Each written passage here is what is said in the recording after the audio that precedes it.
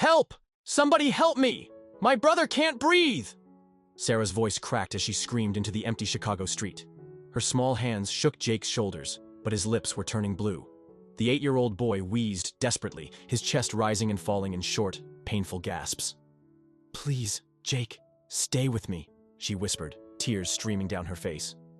The abandoned building they called home offered no comfort. Broken windows let in the cold February wind. Empty medicine bottles lay scattered on the floor. She'd used the last inhaler 3 days ago.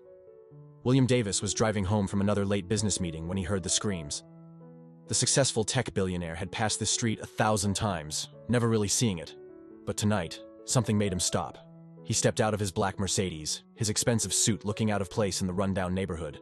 The desperate cries led him toward a building that should have been empty. What he found inside would change everything he thought he knew about life, family, and what really mattered. If you're someone who appreciates emotional stories, we'd love for you to like and subscribe. There's more to come that might move you too. William Davis had always believed that success was measured by the numbers in his bank account. At 42, he owned 3 tech companies, lived in a mansion overlooking Lake Michigan, and drove cars that cost more than most people's homes. His daily routine was predictable. Wake up at 5 a.m., check the stock market, attend board meetings, close million-dollar deals, and return home to an empty house filled with expensive things that meant nothing to anyone but him. His penthouse apartment had 12 rooms, but he only used 3. The kitchen was filled with top-of-the-line appliances he never touched because he ate out every night. The living room had furniture that cost more than most people's annual salary, but he never sat in it because he was always working. His bedroom had a king-sized bed where he slept alone, surrounded by silence and expensive emptiness. But as he stood outside the crumbling building on West Madison Street at 11:30 p.m., listening to a child's desperate cries piercing through the cold February night, those numbers suddenly felt meaningless. The wind whipped through his expensive Italian coat, and for the first time in years, William Davis felt truly cold. Not from the weather, but from something deeper inside. He'd been driving home from another late business meeting, another evening spent discussing profit margins and market expansion, with people who wore expensive suits and spoke in corporate buzzwords. His phone had been buzzing non-stop with emails about tomorrow's conference call with investors in Tokyo. His mind had been focused on the quarterly reports he needed to review before morning. Then he heard the screaming. The February wind cut through his expensive coat as he pushed open the building's broken door. The smell hit him first. A mixture of mold, dampness, and something else he couldn't identify. Poverty. Real, crushing poverty that he'd only seen in documentaries or glimpsed from his car window while driving through neighborhoods he normally avoided. The smell of desperation, of people trying to survive in places that weren't meant for human beings. His phone had been buzzing with messages from his assistant about tomorrow's meetings, urgent emails marked as priority, and text messages from business partners. But he silenced it. Something about those cries made everything else seem unimportant. All the deals in the world couldn't drown out the sound of a child's desperate plea for help. "Hello?" he called out, his voice echoing in the empty hallway. "I heard someone calling for help." "Where are you?" The crying stopped for a moment, and William could hear whispered voices, scared and uncertain. Then the crying resumed, with even more desperation. William followed the sound up a staircase where half the steps were missing or broken. His Italian leather shoes, which cost more than some people made in a month, crunched on broken glass and debris. The banister was loose and covered in rust that stained his expensive gloves. Each floor he climbed revealed more damage. Water stains covered the walls like ugly brown maps of neglect.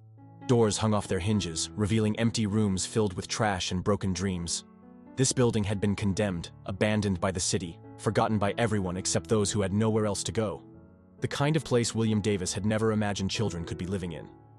On the 3rd floor, he found them. Sarah knelt beside her brother in what used to be an apartment.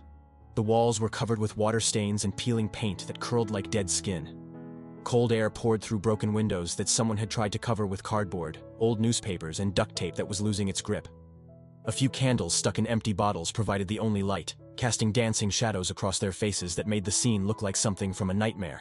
The floor was covered with old blankets that looked like they'd been salvaged from dumpsters. Newspapers spread out to provide insulation, and a few pieces of clothing folded neatly in the corner. In another corner, William could see empty cans and bottles, the only source of income these children had. A plastic bag hung from a nail on the wall, probably containing their few possessions. Jake lay on a pile of old blankets, his small chest struggling to rise and fall in short, desperate gasps. His dark skin had a grayish tone that made William's stomach drop with fear. The boy's eyes were wide with terror as he fought for each breath, making a wheezing sound that filled the silent room like a broken whistle. His small hands clutched at his throat, and William could see the panic in his 8-year-old face. William whispered, immediately pulling out his phone. I'm calling an ambulance right now. This child needs help." "No!"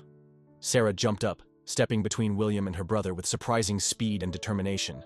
Even at 12, she was small for her age, probably from months of not eating enough, but her eyes held a strength and fierce protectiveness that surprised him. "They'll take him away from me. They'll put us in different homes. I promised our mom I'd keep us together no matter what." William lowered his phone, studying the girl's face in the flickering candlelight. Her clothes were clearly too big, probably donated or found, and worn thin from too many washings. But they were clean. Her hair was braided neatly with small rubber bands, and despite the dirt smudges on her cheeks, he could see she took care of herself and her brother as best she could with what little they had. She was just a child, but she carried herself with the weight of responsibility that belonged to adults. "How long has he been like this?" William asked, kneeling beside Jake on the cold floor, ignoring how the dampness soaked through his expensive pants. "Since yesterday morning," Sarah said, her voice barely above a whisper, hoarse from crying and screaming for help. "It started small, just a little coughing, but it got really bad tonight after the temperature dropped. I used our last inhaler 3 days ago. I've been trying to find work, trying to get money for medicine, but nobody wants to hire a kid. They just look at me like I'm going to steal something or cause trouble." Jake's breathing became more labored, and William could hear the fear and desperation in each wheeze. The boy was trying to say something, his lips moving, but he didn't have enough air to form words. His small chest was working so hard that William could see his ribs through his thin shirt. "Shh, Jake, don't try to talk," Sarah said, taking his small hand in hers. Her hands were rough and calloused from work and survival, not soft like a 12-year-old's hands should be. "Save your energy. Just breathe slowly, like Mom taught you." William made a decision that would change all of their lives forever. "I'm taking you both to the hospital. Right now. We can't wait any longer." "I told you, they'll separate us!" Sarah's voice cracked with desperation and exhaustion. "You don't understand what it's like. We've been in the system before. They don't care about keeping families together. They just want to fill beds in different homes. Jake needs me. When he has nightmares about Mom being sick, I'm the only one who can calm him down. I'm all he has left in this world. Then I'll make sure they don't separate you." William's voice was firm and confident, the same tone he used in boardrooms when making important decisions. He'd built his fortune by solving problems, and this was a problem he wasn't going to walk away from. "But first, your brother needs medical help, or we might lose him tonight. Look at his color." Sarah looked down at Jake, whose lips were now clearly blue in the candlelight. His breathing was getting shallower, and his eyes were starting to close from exhaustion. Tears rolled down her cheeks as she nodded slowly, knowing she had no choice left. She was losing him, and all her efforts to keep them together wouldn't matter if Jake died. William carefully lifted Jake in his arms, surprised by how light the boy felt. He was so thin, so fragile. When was the last time either of them had eaten a real meal? Jake's body felt like it might break if William held him too tightly, and he could feel every rib through the boy's thin shirt. "What about our stuff?" Sarah asked, looking around the nearly empty room with the eyes of someone who had learned that everything could be lost in an instant. "What stuff?" William asked gently, then immediately regretted his tone when he saw the hurt flash across her face. Sarah picked up a small backpack with holes in it, patches covering other holes, and a worn stuffed animal that looked like it had once been white, but was now gray from years of love and countless washings in whatever water they could find. "This is it. Everything we have in the world." As they walked carefully down the dangerous stairs into his car, Sarah told him their story in broken whispers between her tears.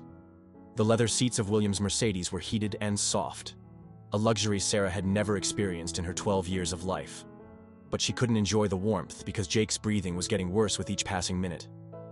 She held his small hand while William drove through the empty Chicago streets, his expensive car cutting through the night like a silver bullet racing against time. "Tell me about your mother," William said gently, glancing in the rearview mirror. He could see Sarah's scared face in the dim light, and he knew talking might help keep her calm during the longest 20 minutes of her life. Sarah's voice was barely audible over the hum of the engine. Her name was Maria Santos. She came here from Mexico when she was 17, all by herself. She used to tell us stories about how scared she was. But she wanted a better life for her future children. Sarah wiped tears from her cheeks with her free hand. "She worked so hard, Mr. William," he said softly. "Just call me William. She worked so hard, William. She cleaned offices at night, worked at Joe's Diner on Michigan Avenue during the day, and babysat for families in Lincoln Park on weekends. She said sleep was a luxury she couldn't afford, but dreams were free and she had big ones for me and Jake." William's chest tightened as he listened. While he'd been complaining about 12-hour workdays in air-conditioned offices, This woman had been working 3 jobs just to keep her children fed and housed. When did she get sick? William asked, taking a sharp turn toward the hospital. The city looked different at midnight. Emptier, colder, more honest about its problems. About 2 years ago, Sarah continued, her voice getting stronger as she remembered her mother. She started coughing all the time, but she said it was just from the cleaning chemicals at work. She kept working even when she started losing weight. She said we couldn't afford for her to be sick. Jake made a terrible wheezing sound, and Sarah immediately turned her attention back to him. It's okay, baby brother. We're almost there. Just keep breathing for me. William pressed harder on the gas pedal. The hospital was still 10 minutes away. But Jake didn't look like he had 10 minutes left. His lips were getting bluer, and his eyes were starting to roll back. Sarah, I need you to keep talking to him, William said urgently. Keep him awake. Tell him about something good, something that makes him happy. Sarah leaned close to Jake's ear. Remember last Christmas, Jake? Even though Mom was in the hospital, she made sure the nurses gave us those little candy canes. She said Santa had found us even there. And remember how she sang that silly song about the reindeer dancing? You laughed so hard you started coughing, but you were so happy. A small smile crossed Jake's pale face, even as he struggled for breath. She sounds like she was an amazing woman, William said, meaning every word. She was the strongest person I ever knew, Sarah said with pride that shone through her tears. Even when the cancer got really bad, she kept fighting. She said she couldn't leave us alone in the world. She made me promise to take care of Jake, no matter what happened. What happened when she died? William asked gently, though he wasn't sure he wanted to hear the answer. The hospital social worker, Mrs. Peterson, seemed really nice at first. She said she understood how close Jake and I were, and she promised she'd find us a home together. But after 2 weeks, she called and said she'd found separate placements for us. William felt anger building in his chest. Separate? After she promised? She said Jake was young and would be easier to place with a family that wanted to adopt. She said I was older and had behavioral challenges because I kept asking questions about staying together. They wanted to put me in a group home across town. Sarah's voice hardened with the memory. I told them no. I told them about my promise to Mom. But Mrs. Peterson said promises to dead people didn't count in the real world. The coldness of those words made William grip the steering wheel tighter. How could anyone say something like that to a grieving child? So you ran away from the foster home? The Hendersons were nice people. They had a big house in Naperville, and they tried to make me feel welcome. But I heard them talking on the phone about how they'd only agreed to take me temporarily, and how Jake would be better off with a family that specialized in younger children. Sarah's voice was bitter. They talked about me like I was a problem to be solved, not a sister trying to keep her family together. William turned into the hospital parking lot, his heart racing. Jake's breathing had become so shallow that William wasn't sure the boy was getting any oxygen at all. I took Jake and left in the middle of the night, Sarah continued as William parked near the emergency room entrance. I left a note saying thank you, but that we had to stay together. I took some food and the $20 Mrs. Henderson kept in the cookie jar for emergencies. I felt bad about that, but Jake needed medicine. How long ago was that? William asked, carefully lifting Jake from the back seat. 4 months ago, Sarah said, grabbing their small backpack. It's been hard, but we've been managing. I'm good at finding places to sleep, and I know which restaurants throw away food that's still good. I know which libraries let you stay all day when it's cold, and which churches give out free meals without asking too many questions. As they rushed toward the emergency room entrance, William realized this 12-year-old girl had been living like a homeless adult, making life-or-death decisions every day, while children her age were worried about homework and video games. The automatic doors of Chicago General Hospital slid open, and they were immediately hit with the bright lights and antiseptic smell of the emergency room. It was busy even at midnight, nurses in colorful scrubs moving quickly between rooms, doctors with tired eyes checking charts, families waiting anxiously in plastic chairs. Help! I need help! William called out, his voice carrying the authority of someone used to getting immediate attention. A nurse looked up from her desk and saw Jake in William's arms. The boy's blue lips and labored breathing told her everything she needed to know. Room 3 now, she called out, pressing a button that brought 2 more nurses running. What happened? Asked Dr. Martinez, a young resident who looked like she'd been working for 20 hours straight. Severe asthma attack, William explained quickly. He hasn't had medication for 3 days. He's been like this since yesterday morning, but it got worse tonight. Has he been hospitalized for asthma before? Dr. Martinez asked, listening to Jake's chest with her stethoscope. Her expression became more concerned with each breath sound she heard. Yes, Sarah answered, staying close to the bed where they'd placed Jake. Mom brought him here twice last year when his attacks were really bad. You have his records. Jake Santos, born March 15th. Dr. Martinez nodded to a nurse who immediately started looking up Jake's medical history on a computer. We need respiratory therapy, stat. Get me a nebulizer set up and prepare for possible intubation if this doesn't work. Intubation? Sarah's voice cracked with fear. What does that mean? It means we might need to help him breathe with a machine, Dr. Martinez explained gently. But let's try the breathing treatment first. As the medical team worked on Jake, William noticed how Sarah stood protectively beside the bed, holding her brother's hand and whispering encouragement in his ear. Even surrounded by medical professionals, she felt responsible for him. Miss Santos, Dr. Martinez said after reviewing Jake's records, I need to ask about your living situation. The address we have on file is for an apartment that I believe is no longer available. Sarah's face went white, and she looked at William with panic in her eyes. They're staying with me temporarily, William said quickly, surprising himself with how easily the lie came out. I'm a family friend helping them get back on their feet. Dr. Martinez looked at William's expensive suit, then at Sarah's worn clothes, clearly sensing something didn't add up. But Jake's condition was too critical for lengthy questions. The breathing treatment is starting to help, she announced after listening to Jake's chest again. His oxygen levels are improving, but he's going to need to stay overnight for observation, and we need to adjust his medication regimen. For the first time in hours, Sarah smiled. He's going to be okay? He's going to be fine, Dr. Martinez assured her. But this was close. Too close. Another hour and... She didn't need to finish the sentence. As Jake's breathing gradually improved and the blue color left his lips, William watched Sarah transform. The scared, desperate girl who'd been carrying the weight of the world on her shoulders suddenly looked like what she really was. A 12-year-old child who'd been forced to grow up too fast. But William also realized that their problems were just beginning.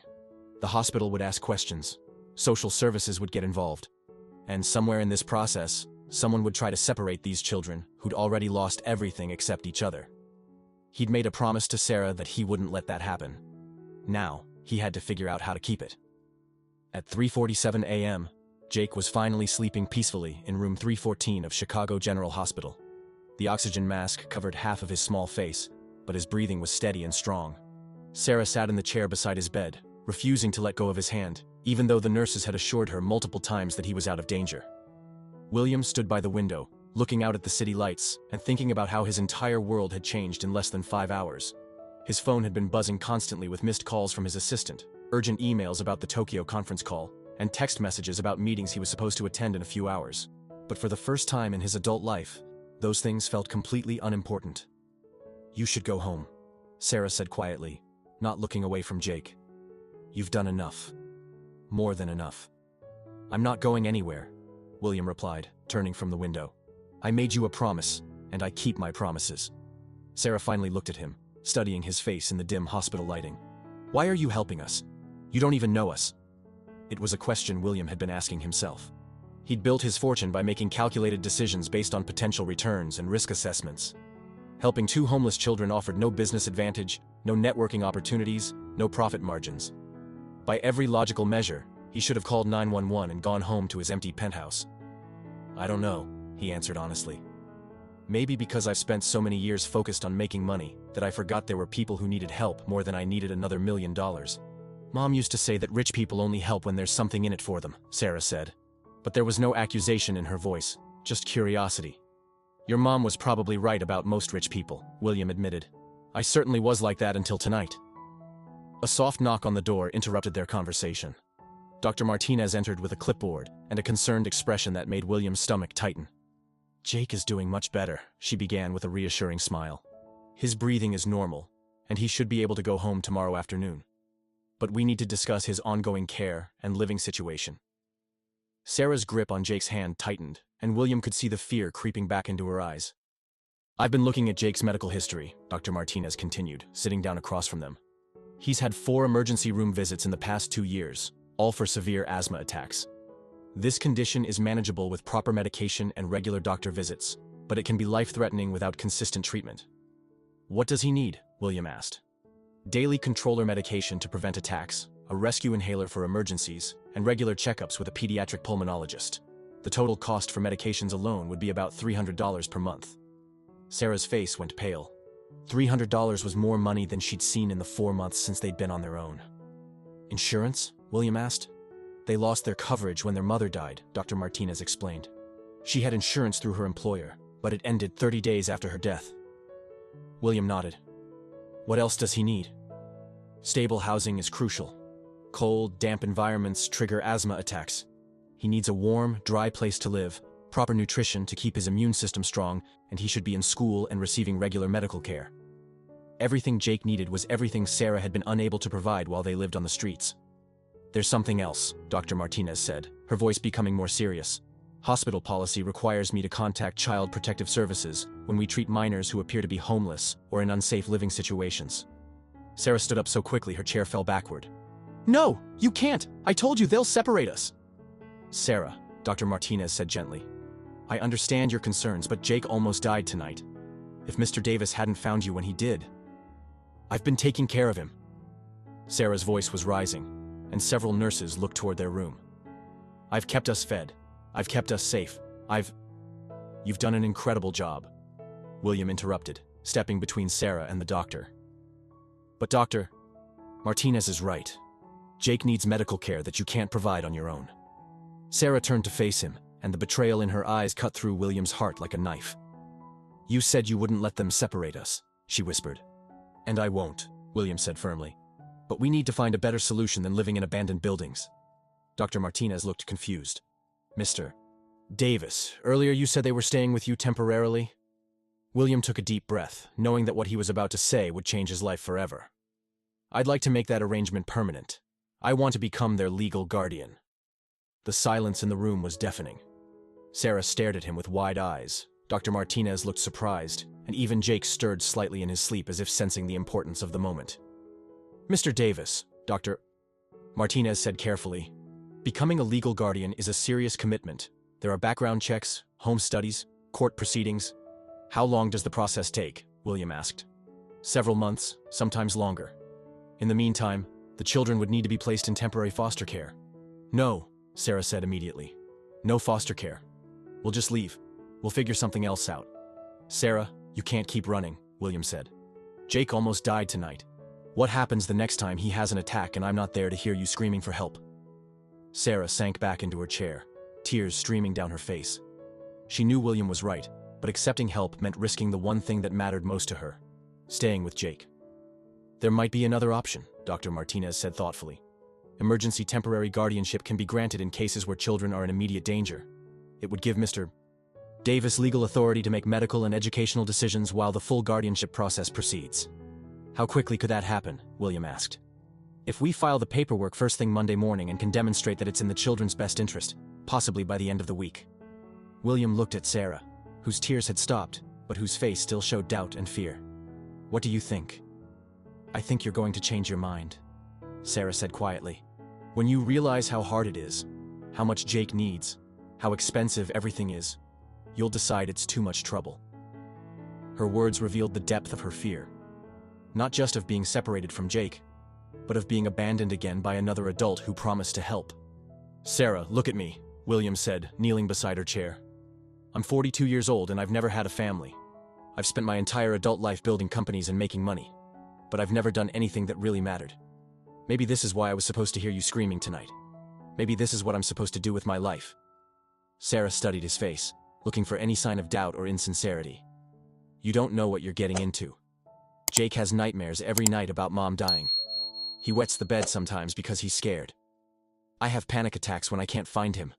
We're not easy kids to take care of. I don't need easy, William said. I need to do something right for once in my life. Dr. Martinez cleared her throat. If you're serious about this, Mr. Davis, I can put you in touch with a social worker who specializes in emergency placements. But you need to understand.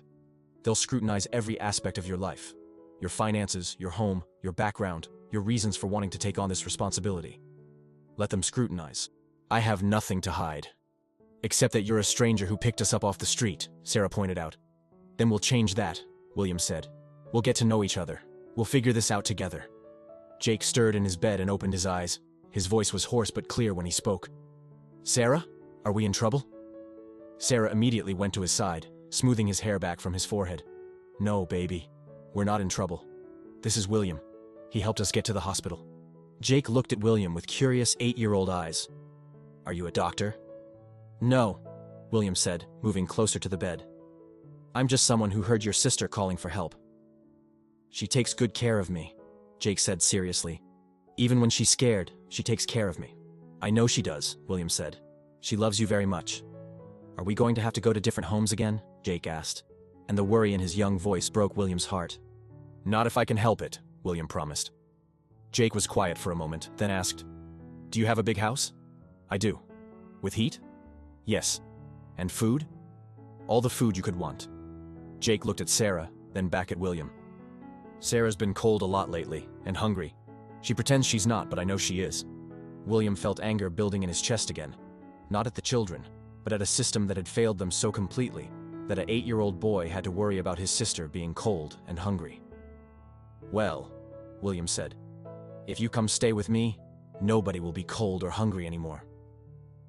As the sun began to rise outside the hospital window, William realized he was making the biggest commitment of his life. He was promising to care for 2 children who'd been through trauma he couldn't imagine. He was volunteering to navigate a legal system he knew nothing about. He was offering to give up the selfish, solitary life he'd built so carefully. And for the first time in years, he felt like he was exactly where he was supposed to be. 3 days later, William's penthouse apartment looked like a hurricane had hit it. The pristine, minimalist space that had once been featured in Architectural Digest was now filled with shopping bags, boxes of children's clothes, medical supplies, and toys that Jake had been too shy to touch.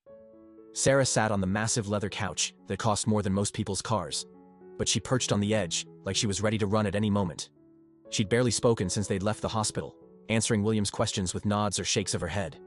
Her distrust was like a wall between them, built from months of disappointment and years of broken promises from adults. Jake was different. The 8-year-old had adapted to their new surroundings with the resilience that children possess. He was currently sitting on the floor, carefully arranging his new inhaler, spacer, and daily medications in a small box that William had bought him. Dr. Martinez had given them detailed instructions, and Jake took his responsibility seriously. Sarah, William said, sitting down in the chair across from her. We need to talk about school. Her head snapped up, and for the first time in days, her eyes showed real emotion, fear. You're going to send us away, she said flatly. No, I'm not sending you anywhere. I'm saying you both need to be in school. Jake missed most of this year, and you haven't been to school since your mom died. I've been busy keeping us alive, Sarah shot back, her first real display of anger since they'd arrived. I know that, William said patiently, and you did an amazing job. But now you don't have to carry that responsibility alone anymore. Sarah stood up and walked to the floor-to-ceiling windows that overlooked Lake Michigan. From the 40th floor, Chicago looked like a toy city, clean and organized, and nothing like the streets where she'd learned to survive. You don't understand, she said quietly. The last time someone promised to take care of us, they were already planning to split us up. The social worker, Mrs. Peterson, smiled at me and said all the right words, but she was lying the whole time. William had spent the last 3 days learning about the failures of the system that was supposed to protect children like Sarah and Jake. He'd hired the best family attorney in Chicago, a woman named Rebecca Chen, who'd been brutally honest about the challenges they faced. The emergency guardianship hearing is tomorrow, William said. Ms. Chen thinks we have a good chance, but the judge is going to want to hear from both of you about what you want. What if they say no? Sarah asked, still staring out the window. Then we'll appeal. We'll keep fighting until they say yes. And what if you change your mind? What if you decide this is too hard or too expensive or too much trouble? William walked over to stand beside her at the window. Sarah, do you see that building over there? The tall one with the blue lights? She nodded. That's my company headquarters. I built that company from nothing. It took 15 years, and there were times when I almost gave up. Times when I lost money, when employees quit, when competitors tried to destroy me. He turned to look at her. But I didn't give up because I believed in what I was building. I believe in this too. A company isn't the same as kids, Sarah said. Companies don't wake up crying about their dead mom. Companies don't need you to check on them every hour to make sure they're still breathing. William's chest tightened. Is that what you do? Check on Jake every hour? Every night since Mom died, Sarah admitted. Sometimes I wake up 10 times just to make sure he's okay.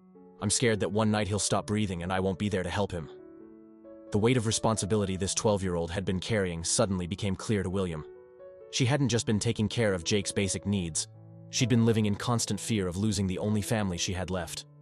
Sarah, he said gently, you don't have to do that anymore. We have monitors now, remember? And Jake's medication is working, Dr. Martinez said his numbers are the best they've been in years. Before Sarah could respond, Jake appeared beside them, carrying his small box of medical supplies. William, he said, It's time for my evening medicine. William smiled. In just 3 days, Jake had started calling him by name instead of Sir or Mr. It was a small step, but it felt like progress. Let's do it together, William said, and they walked to the kitchen where William had set up a medication station with charts, timers, and everything the doctor had recommended.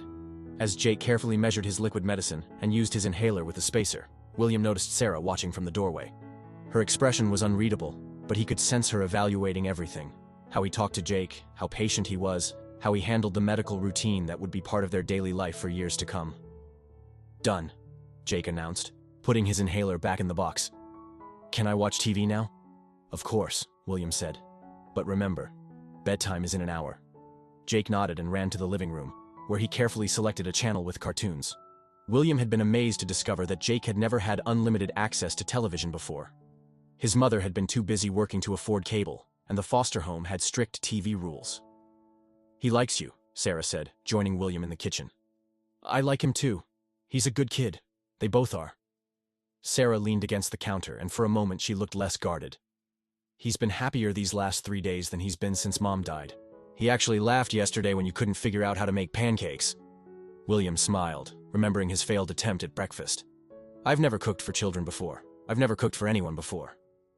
We could teach you, Sarah said quietly. Mom taught me to cook when I was 10. She said I needed to know how to take care of myself. It was the first time Sarah had offered to help with anything, and William recognized it as the peace offering it was. I'd like that, he said. They stood in comfortable silence for a moment, listening to Jake's laughter at whatever cartoon he was watching. It was a normal sound, the kind of sound that should fill a home where children lived.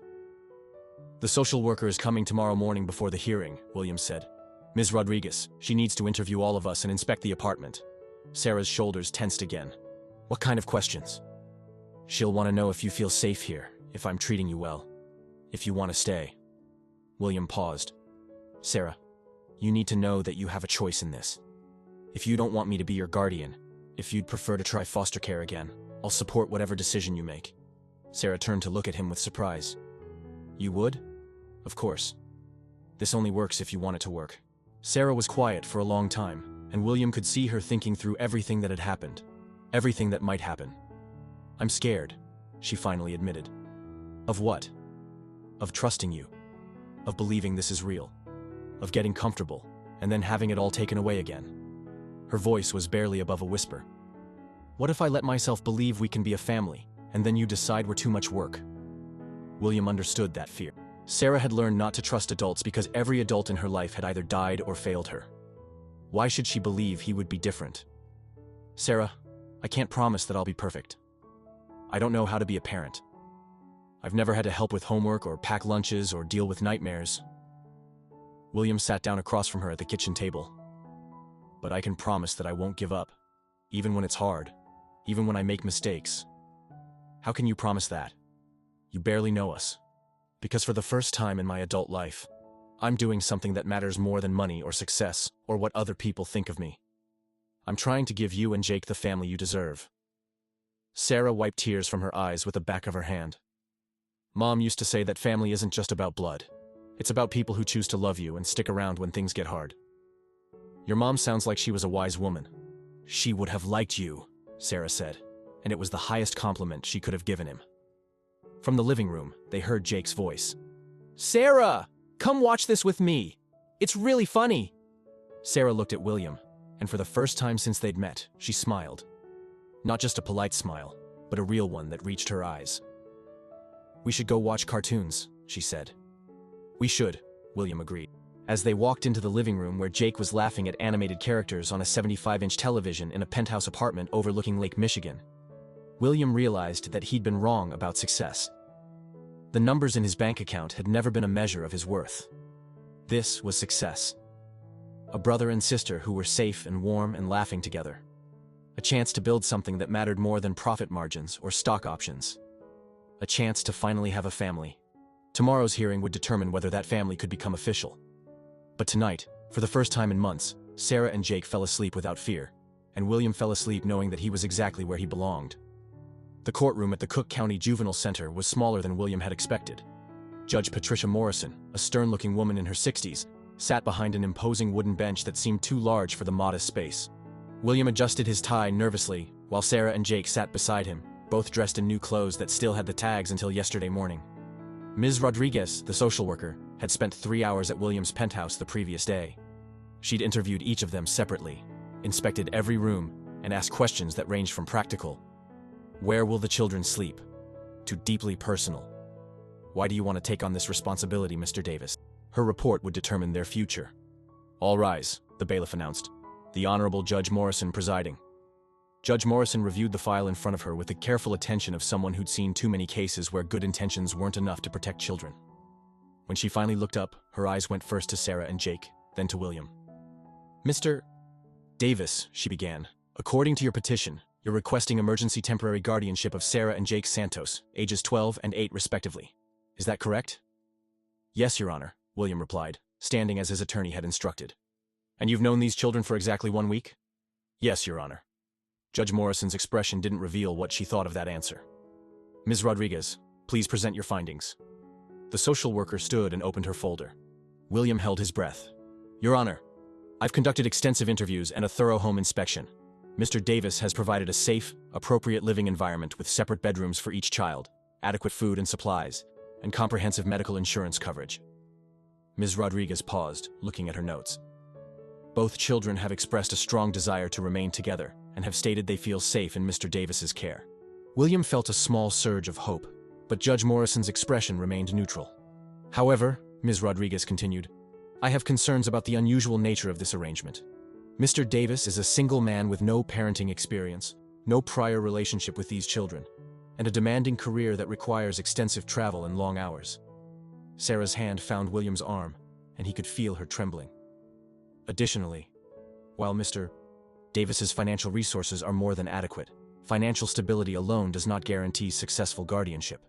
These children have experienced significant trauma and will require ongoing psychological support, educational interventions, and specialized medical care for Jake's chronic asthma." Judge Morrison nodded, making notes. "Mr. Davis, how do you respond to these concerns?" William stood again, his throat suddenly dry. "Your Honor, Ms. Rodriguez is right about my lack of experience. I've never been a parent. But I've spent the last week learning what Sarah and Jake need, and I'm committed to providing it. I've already arranged for Jake to see a pediatric pulmonologist, enrolled them both in Lincoln Elementary School, and scheduled therapy appointments to help them process their grief. And your work schedule? I've restructured my companies to allow me to work primarily from home. My assistant has cleared my travel schedule indefinitely." William glanced at Sarah and Jake. "I've realized that no business meeting is more important than being there when Jake needs help with homework, or when Sarah has a nightmare about losing her mom." Judge Morrison's expression softened slightly, but she wasn't finished. "Sarah, I'd like to hear from you. Please stand." Sarah stood on shaky legs. At 12, she looked impossibly small in the formal courtroom. "Sarah, you've been taking care of your brother for many months. That's a big responsibility for someone your age. Do you feel that Mr. Davis can provide the care that Jake needs?" "Yes, ma'am," Sarah said quietly. "And what about what you need? You've been so focused on caring for Jake that you haven't had a chance to be a child yourself. Do you trust Mr. Davis to take care of both of you?" Sarah was quiet for a long moment, and William could see her thinking carefully about her answer. When she spoke, her voice was stronger. "Your Honor, when Jake couldn't breathe that night, I screamed for help for over an hour. Nobody came. Nobody cared. But William stopped his car and came into that scary building to help us, even though he didn't know us. He could have just called 911 and left, but he didn't." Judge Morrison leaned forward, listening intently. "He's been patient with me even when I was mean to him because I was scared. He learned how to use Jake's nebulizer, and he sets timers for all his medicines. He bought Jake a special pillow because the doctor said it would help him breathe better at night." Sarah's voice wavered with emotion. "And he hasn't tried to change our mom's memory or replace her. He asks questions about her and lets us talk about her whenever we want." William felt tears stinging his eyes as Sarah continued. "I know you're worried about him not having experience with kids. But he's been learning everything he needs to know because he really cares about us. Not because he has to, but because he wants to." Sarah sat down, and Judge Morrison turned her attention to Jake. "Jake, how are you feeling? Are you happy living with Mr. Davis?" Jake stood up, still small for his age, but looking healthier than he had in months. "Yes, ma'am. I can breathe good now. And William bought me books about airplanes because I told him I want to be a pilot someday. He said when I'm older, he'll take me to see real airplanes at the airport. That sounds wonderful. Do you feel safe with Mr. Davis?" Yes, ma'am. And Sarah's not scared all the time anymore. She used to cry when she thought I was sleeping, but she doesn't do that now. William's heart broke a little, realizing how much Sarah had hidden her own fear and grief to stay strong for her brother. Judge Morrison reviewed her notes one more time before speaking. Mr. Davis, Ms. Rodriguez has raised valid concerns about your inexperience and the unusual circumstances of this case.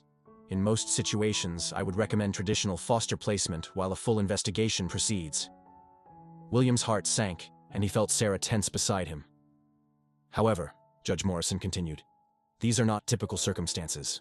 Sarah and Jake have been through extraordinary trauma, and they've clearly bonded with you. Separating them now could cause additional psychological harm. She set down her papers and looked directly at William. Mr. Davis, I'm granting temporary emergency guardianship for a period of 6 months.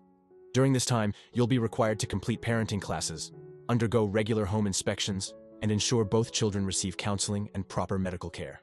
At the end of 6 months, we'll review the arrangement to determine if permanent guardianship is in the children's best interest. William felt like he couldn't breathe. Thank you, Your Honor. Thank you so much. Don't thank me yet, Judge Morrison said sternly. This is a trial period. These children have already experienced enough instability. If you have any doubts about your ability to provide consistent, long-term care, now is the time to say so. I have no doubts, Your Honor, William said firmly. As they left the courthouse an hour later, after signing numerous documents and scheduling follow-up appointments, Sarah walked between William and Jake, holding both their hands. So what happens now? She asked. Now we go home, William said. We have lunch, Jake does his breathing treatment, and then we figure out how to be a family. Just like that? Sarah asked. Just like that. 6 months later, on a warm Saturday morning in August, William stood in the same courtroom. But everything was different now. Sarah had grown 2 inches and gained 15 pounds. Her hair was longer and healthier, and she smiled easily, a real smile that reached her eyes. Jake had grown as well, and his breathing had improved so much that Dr. Martinez had reduced his medications. More importantly, they'd all learned to trust each other. Judge Morrison reviewed Ms. Rodriguez's final report, which documented Jake's perfect attendance at school, Sarah's academic achievements that had impressed her teachers, and William's transformation from a workaholic businessman into a devoted father who coached Jake's Little League team and helped Sarah with her science fair project. Based on the evidence before me, Judge Morrison announced, I'm granting permanent legal guardianship of Sarah and Jake Santos to William Davis. The courtroom erupted in applause from the small group of supporters they'd gathered. Ms. Chen, Dr. Martinez, Jake's teacher, Mrs. Patterson, and even Ms. Rodriguez, who had become an unlikely ally. That evening, they had a celebration dinner at home. Not the penthouse. They'd moved to a house in Lincoln Park with a backyard where Jake could play, and Sarah could have friends over without feeling like they were in a museum. As William tucked Jake into bed, the 8-year-old looked up at him with serious eyes. William, can I ask you something? Of course, buddy. Are you going to adopt us for real? Like, make it so we have the same last name? William smiled. Would you want that? Yeah, Jake said without hesitation. Sarah would too, even though she's too shy to say it. Then that's what we'll do.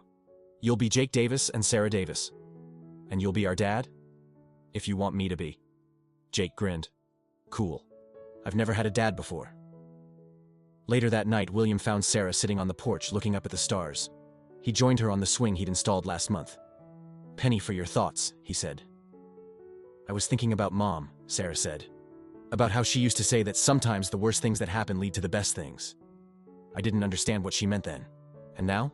Now, I think she meant that if she hadn't gotten sick, if we hadn't ended up on the streets, you never would have found us. We never would have become a family. William put his arm around Sarah's shoulders. Your mom sounds like she was very wise. She would have loved you, Sarah said, and she would have loved seeing Jake so happy. As they sat together in the comfortable silence of a summer evening, William thought about how completely his life had changed. A year ago, he'd been a lonely, wealthy man whose biggest concern was whether his company's stock prices would rise or fall. Now he was a father to 2 amazing children who taught him what real success looked like. It looked like Jake's laughter when he mastered a new math problem. It looked like Sarah's proud smile when she won the school spelling bee. It looked like family dinners where they talked about their days and made plans for the future. It looked like love and commitment and the promise to be there for each other no matter what challenges they might face. And it had all started with a desperate cry in the night. My brother can't breathe. Sometimes the most important moments in our lives begin with someone else's plea for help. And sometimes, when we choose to listen, we discover that helping others is really helping ourselves find the family we never knew we needed.